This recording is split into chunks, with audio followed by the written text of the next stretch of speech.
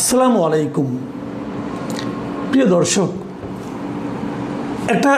ছোট একটা আমার অনুভূতির কথা বলে আলোচনাটা শুরু করি। আপনারা প্রায় শুনবেন একটা শব্দ খুব উচ্চারিত হয়, গত অনেক বছর ধরে উচ্চারিত হচ্ছে। সেই শব্দটা হলো চেতনা। এই চেতনা শব্দটা শুনলেই আমার মেজাজ খারাপ হয়ে যায়। আমার মনে হয় যে এই যারা উচ্চারণটা করছেন তাদের এই উচ্চারণের পেছনে একটা মতলব কাজ করে। এই চেতনা কথাটা আমরা আগে শুনতাম, আওয়ামী লীগ আমলে শুনতাম, ওনারা বলতেন মুক্তিযুদ্ধের চেতনা। মুক্তিযুদ্ধের চেতনা এই কথাটা বলে তারা স্ট্রেট ওয়েতে জাতিটাকে দুভাগ করে দিয়েছিল। যারা আওয়ামী লীগ করেন তারা মুক্তিযুদ্ধের চেতনার পক্ষে, আর যারা আওয়ামী লীগ করেন না তারা মুক্তিযুদ্ধের চেতনার বিপক্ষে। তারা এভাবে ভাগ করে দিয়েছিল। মুক্তিযুদ্ধের চেতনার পক্ষে থেকেও যে আওয়ামী লীগ না করা যায় এই কথাটা তারা মানতেই চান না, এবং এটা করার মাধ্যমে জাতিকে বিভক্ত করা হয়েছিল এবং মানুষে মানুষে একটা বিভেদ তৈরি করা হয়েছিল। ঠিক একই জিনিস যখন আওয়ামী লীগ সরকারের পতন হলো, আমরা ভেবেছিলাম জাতি বোধহয় এবার ঐক্যবদ্ধ হবে, কিন্তু এখন আমরা দেখলাম আবার এলো একটা জুলাই চেতনা। এই জুলাই চেতনার কথা বলে এখন তারা পুরো আওয়ামী লীগ যারা আছেন তারা সবাই জুলাই চেতনার বিরোধী। কারণ জুলাই আন্দোলন তো আওয়ামী লীগের বিরুদ্ধে হয়েছে, আওয়ামী লীগ সরকারের বিরুদ্ধে হয়েছে। কিন্তু যত লোক আওয়ামী লীগ করেন তারা জুলাই চেতনার বিরোধী, এবং তারা এই দেশে থাকতে পারবেন না, এবং তারা অবধারিতভাবে ফ্যাসিবাদের দোসর। এই কথা বলে তাদেরকে হেনস্থা করা হবে, তাদেরকে মারা হবে, তাদেরকে মারার পেছনে বৈধতা তৈরি করা হবে, এবং তাদের বিরুদ্ধে মব করা হবে। আবার কিন্তু জাতিকে বিভক্ত করা হচ্ছে। ইদানিং শুনছি যারা নাকি এই জুলাই চেতনা জুলাই আন্দোলন যেটা বলছিলাম আমরা, এই জুলাই আন্দোলনের যারা নাকি বেনিফিশিয়ারি, কারা বেনিফিশিয়ারি? এখন যারা সংসদে আছেন তারা সবাই বেনিফিশিয়ারি।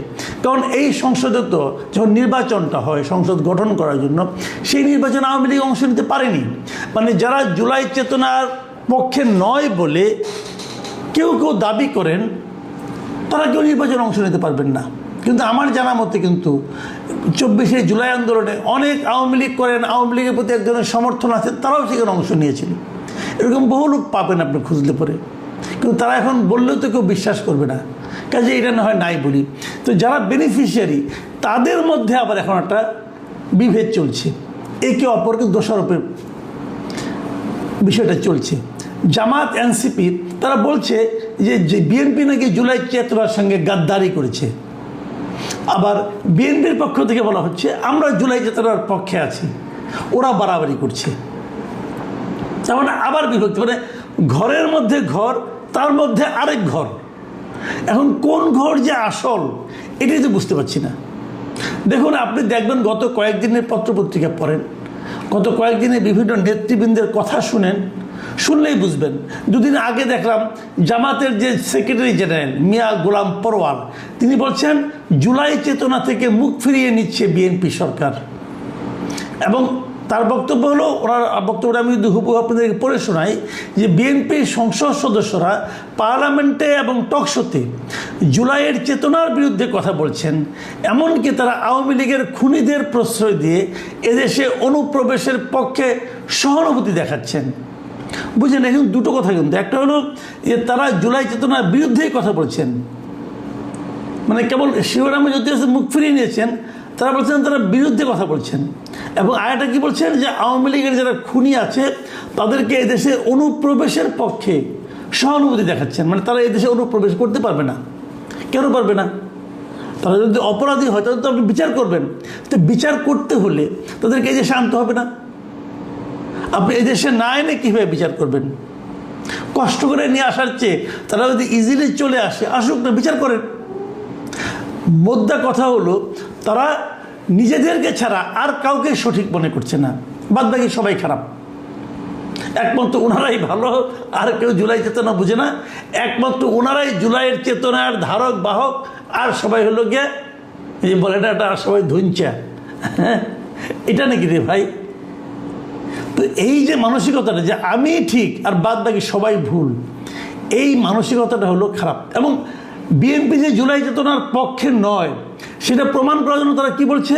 তারা বলছে এই মিয়া গোলাম পরোয়ার বলছেন যে সরকার যদি সত্যই জুলাইয়ের চেতনায় বিশ্বাস করে তবে জুলাইয়ের সনদের ভিত্তিতে অনুষ্ঠিত গণভোটে 70% মানুষের দেওয়া রায় অবিলম্বে কার্যকর করতে হবে।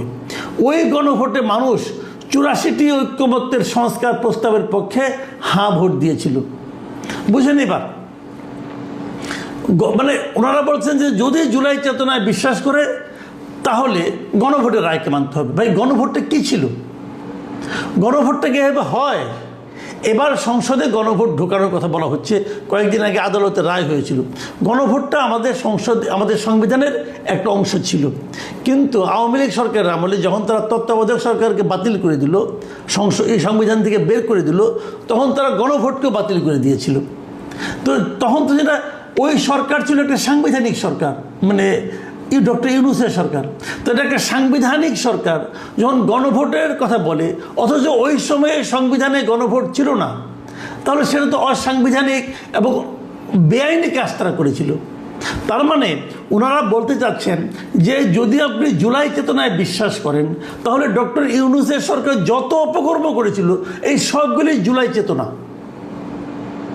ডক্টর ইউনূসকে জুলাই চেতনা অনুযায়ী চলেছিল। ডক্টর ইউনূসের আমলে যে দুর্নীতিগুলি হয়েছিল এটা কি জুলাই চেতনা ছিল রে ভাই? এক একজন পিএসের, এক একজন উপদেষ্টার পিএস, তারা যে 300 কোটি টাকা বানিয়ে ফেলাইছে, 400 কোটি টাকা বানিয়ে ফেলাইছে, এটা কি জুলাই চেতনায় ছিল? এক একটা উপদেষ্টা যে অপকর্মগুলি করেছে এটা জুলাই চেতনা কোথায় ছিল ভাই বলেন তো আমাকে? তো এখন জুলাই চেতনার নাটক চলছে।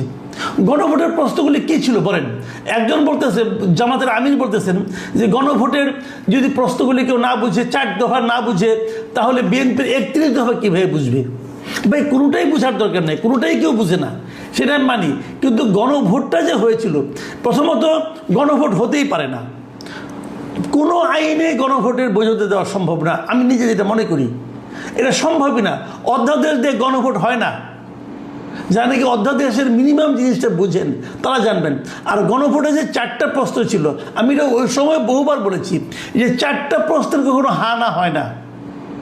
কেউ থাকবে একটা প্রশ্নকে হা বলবে, আরেকটা প্রশ্নকে না বলবে, কিন্তু আপনি যে 4টাকে একবারে হা দিচ্ছেন, 4টা প্রশ্নের মধ্যে আলাদা থাকতো, আলাদা ছিল, কিন্তু উত্তর ছিল এক জায়গায় হা অথবা না।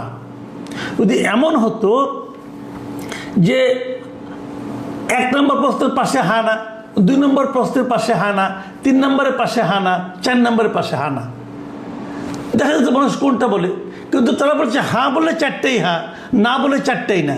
এটা আমি ওই সময় এবং পরবর্তী বহুবার বলেছি যে পৃথিবীতে এমন উদ্ভট গণভোটের আয়োজন কেউ করে নাই।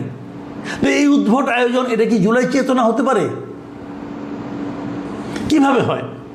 এখন যে ঝামেলাটা চলছে সরকারি দলের সঙ্গে বিরোধী দলের, তাদের মধ্যে মূল ঝামেলাটা কি যে সংবিধানকে সংস্কার করব নাকি সংশোধন করব? সংবিধানকে সংস্কার করব না সংশোধন করব? সংবিধান সংস্কার পরিষদ গঠন করতে হবে, এটা বিরোধী দলের আহ্বান। আর বিএনপি বলতেছে যে আমি সংবিধান সংস্কার পরিষদ যে করে ওই পরিষদ যে সংবিধানটাকে চেঞ্জ করবে, যদি আজকের থেকে 5 বছর 10 বছর পরে বলে যে তুমি সংবিধান সংস্কার করলা কিসের আলোকে, কোন আইনের বলে, কোন আইনে আছে যে সংবিধান সংস্কার পরিষদ গঠন করা হবে, কি বলবে এরা? দেখুন প্রশ্ন কিন্তু দুটো। 1 নম্বর হলো, আমি যেটা মনে করি মানে বিরোধী দল যা চাচ্ছে সেটা কোনো আইনের মধ্যে পড়ে, গাইড জোর, জাস্ট গাইড জোর। এবং তারা বলছে এটা জুলাইয়ের চেতনা। জুলাইয়ের চেতনা কোথায় ছিল? এটা হবে কে বলেছে? ওই আলী রিয়াজরে বললে হবে? আলী রিয়াজ জুলাইয়ের কে? আলী রিয়াজ কি জুলাই মাসে বাংলাদেশে ছিল? অগাস্ট মাসে ছিল? অগাস্ট মাসের মানে সরকার পতন এক পর্যন্ত ছিল? সে ছিল আমেরিকায়। আমেরিকার থেকে উড়ে এসে নিয়ে সে বলে যে আমি সব সংস্কার করে দেবো। ওর সংস্কার কে মানে? তার সংস্কার যে আদৌ কোনো সংস্কার হয়েছে এটা উনি ছাড়া আর ওনার কিছু চেলা চামুন্ডা ছাড়া আর কেউ বিশ্বাস করবে? কই তারা এখন? কোথায় তারা? গত কয়েক মাসে তাদেরকে কেউ দেখেছে এই দেশে? এই বিদেশ থেকে এসে এই দেশের টাকা পয়সা কিছু মৎসব করে, অপচয় করে, কয়েকদিন সময় নষ্ট করে ওরা আসলে এসেছিল ডক্টর ইউনূসের সরকারকে প্রলম্বিত করার জন্য, সংস্কার নামে প্রলম্বিত করার জন্য। তো এই যে তারা যে কাজগুলো করেছে এটি তো কোনো আইনগত ভিত্তি নাই। আপনি বলবেন এটা বিপ্লবী সরকার, না, এটা তো বিপ্লবী সরকার ছিল না। ডক্টর ইউনূস তো একবারের জন্য বলেন নাই উনি বিপ্লবী সরকার করেছেন। উনি বলেছেন এটা একটা সাংবিধানিক সরকার। সাংবিধানিক সরকার অর্থ কি? যে সংবিধান অনুযায়ী এই সরকার চলবে। তা কি চলেছিল? চলে নাই তো। খালি গোয়ার্তমি করলে তো হবে না। এখন ওই নাসিরউদ্দিন পাটোয়ারি কি বলতেছে, নাহিদ ইসলাম কি বলতেছেন, তো ওনাদের বক্তব্য অনুযায়ী কি দেশ চলবে? দেশ চলবে আইন দিয়ে, দেশ চলবে সংবিধান দিয়ে। আচ্ছা ঠিক আছে, এটা নয় বুঝলাম, কিন্তু তখন যে প্রশ্নটা বা বিরোধী দল করে যে তাহলে জুলাই সনদে বিএনপি স্বাক্ষর করলো কেন? এটাও একটা ভ্যালিড কোশ্চেন। কেন করলো? তখন তো এগুলো বিএনপি সরকার মেনে এসেছে। যদি বিএনপি সরকার মনে করে যে গণভোটটা অবৈধ ছিল, তাহলে তারা গণভোটের পক্ষে হা ভোট দিতে বললো কেন? তারেক রহমান তো বলছে যে গণভোটের পক্ষে হা ভোট দেন। এখন বিএনপি বলতেছে যে তখন যদি আমরা এটা না বলতাম তাহলে হয়তো ওই সরকার নির্বাচন দিত না। তার মানে তারা ভয় পাইছে, তার মানে তারা জনগণের শক্তির চেয়ে ওই ইউনূস সরকারের শক্তির উপর বেশি নির্ভরশীল ছিল।